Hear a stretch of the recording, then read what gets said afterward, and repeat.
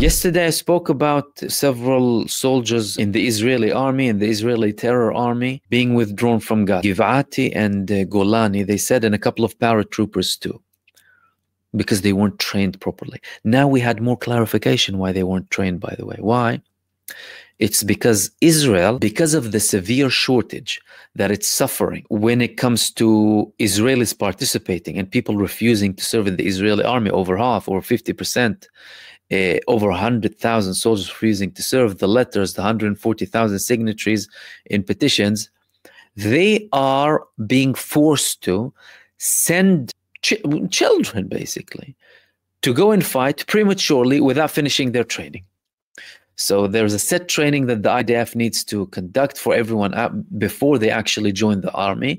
But because of the level of shortage and because of how many were killed and injured too, and because of the continued resistance from the Palestinians, they're forced to send people who haven't completed their training. Therefore, there was a revolt. There was a massive campaign from the families of these people criticizing the government, saying that you can't send these people to go and fight without receiving adequate training. That's why. So it's not that, oh, it's normal people and they want to, it's actually people being sent prematurely to go and die for Benjamin Netanyahu. And then their parents were like, oh, not so quick, they haven't finished, so actually you can't send them now. But this is showing you the level of desperation. This is a situation that Israel has never been in.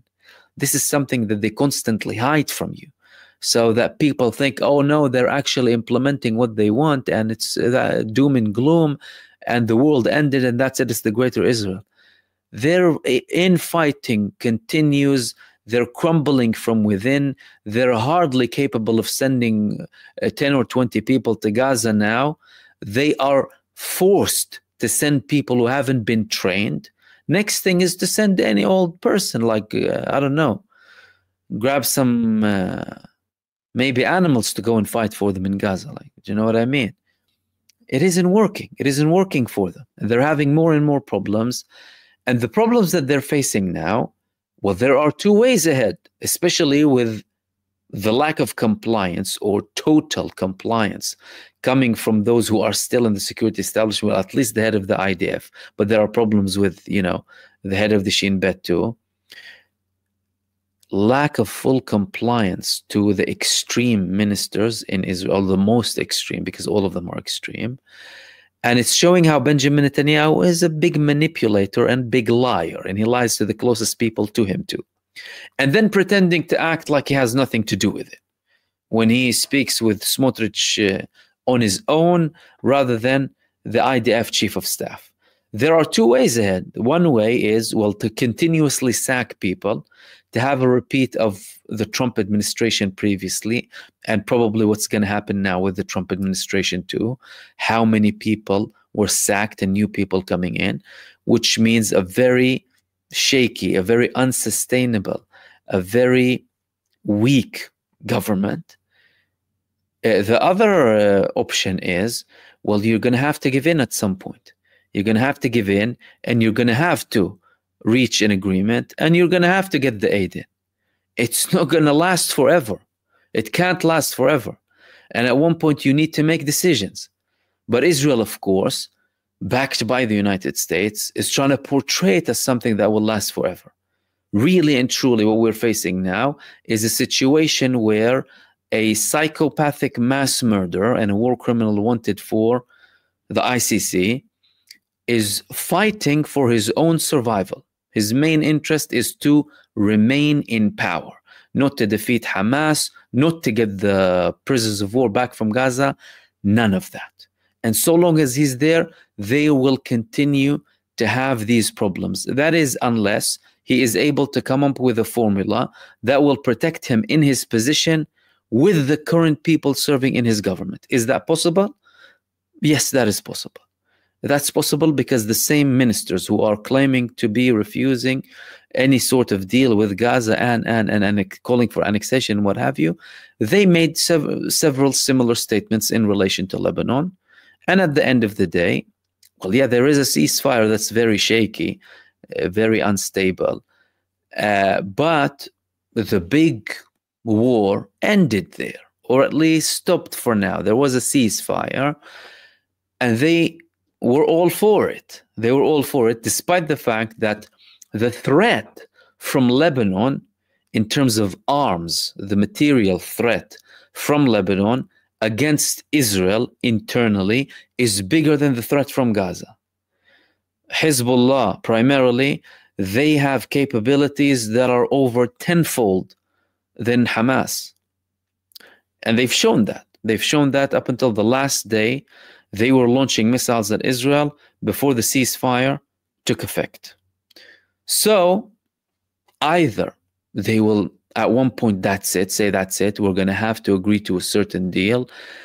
We might portray it as something that we like or something nice to sell it to the base, or resign from the government. But Netanyahu is going to have to secure his position. There are no indications that Benjamin Netanyahu is going to somehow change overnight. He isn't going to change. But the only thing that will make him go into an agreement now, or either this 7-year ceasefire that they're talking about, or another temporary ceasefire, although Hamas are now saying that we're only looking at an all-out deal now, that said, it depends on Benjamin Netanyahu and how he proceeds.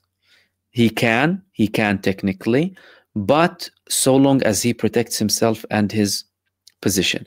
Moving on to the next thing that I wanted to share with you. This notion that Benjamin Netanyahu is only fighting for himself and is only continuing this war is now something normal in Israel. As a matter of fact, some analysts in Israel are saying that Benjamin Netanyahu is now looking for an eternal war.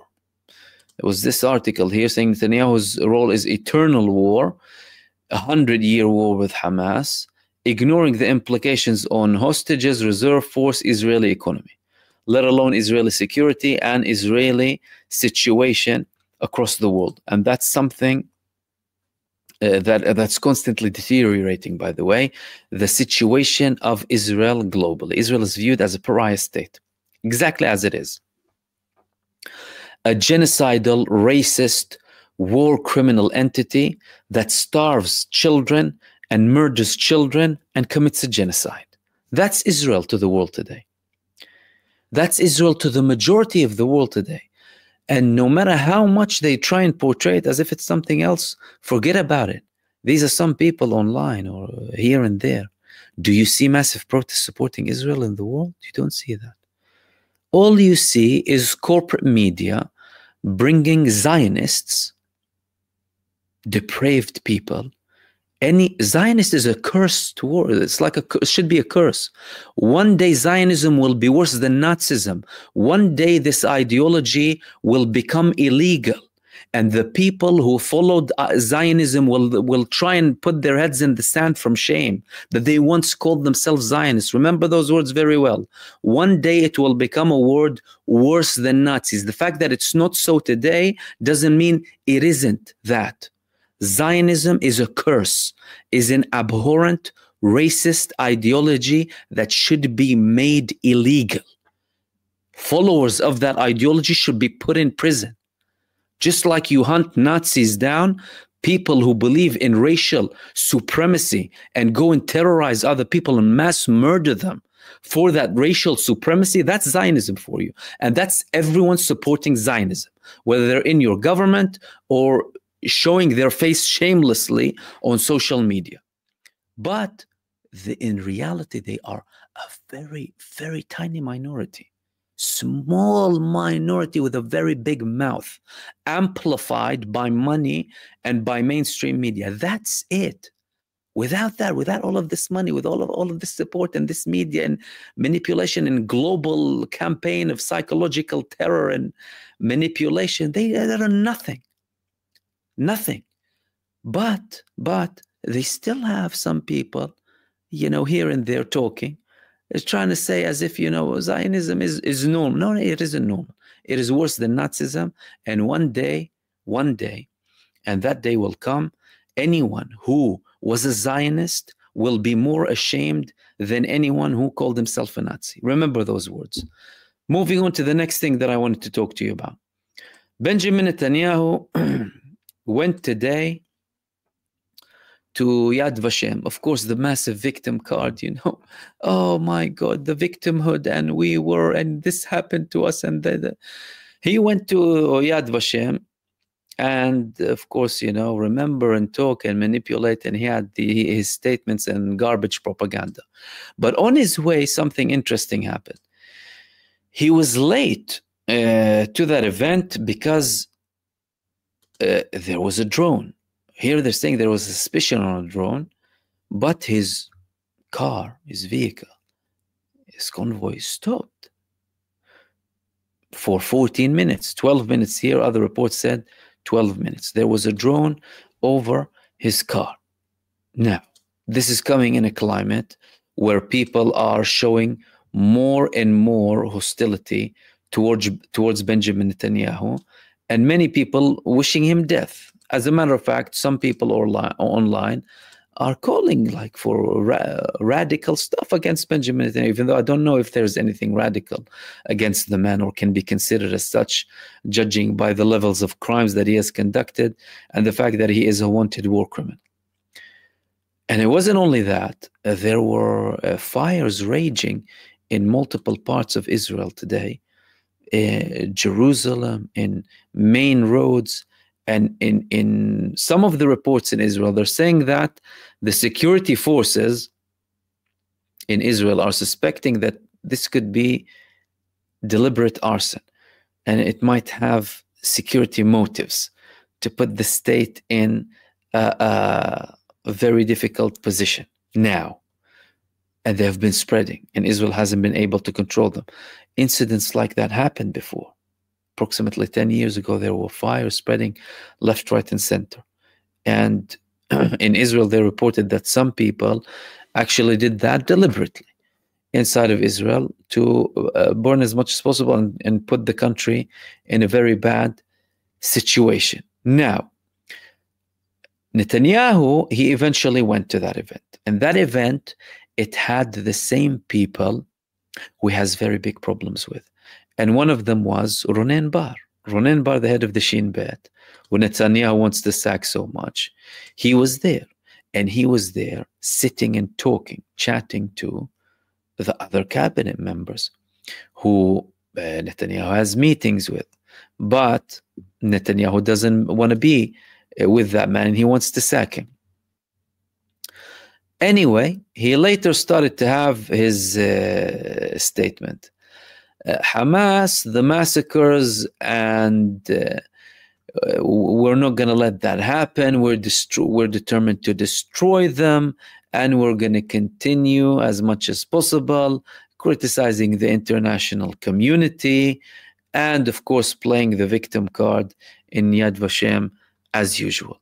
However, the people who were observing that, they weren't very convinced by his statements. People like, okay, one lie, two lie. How many times are you going to lie?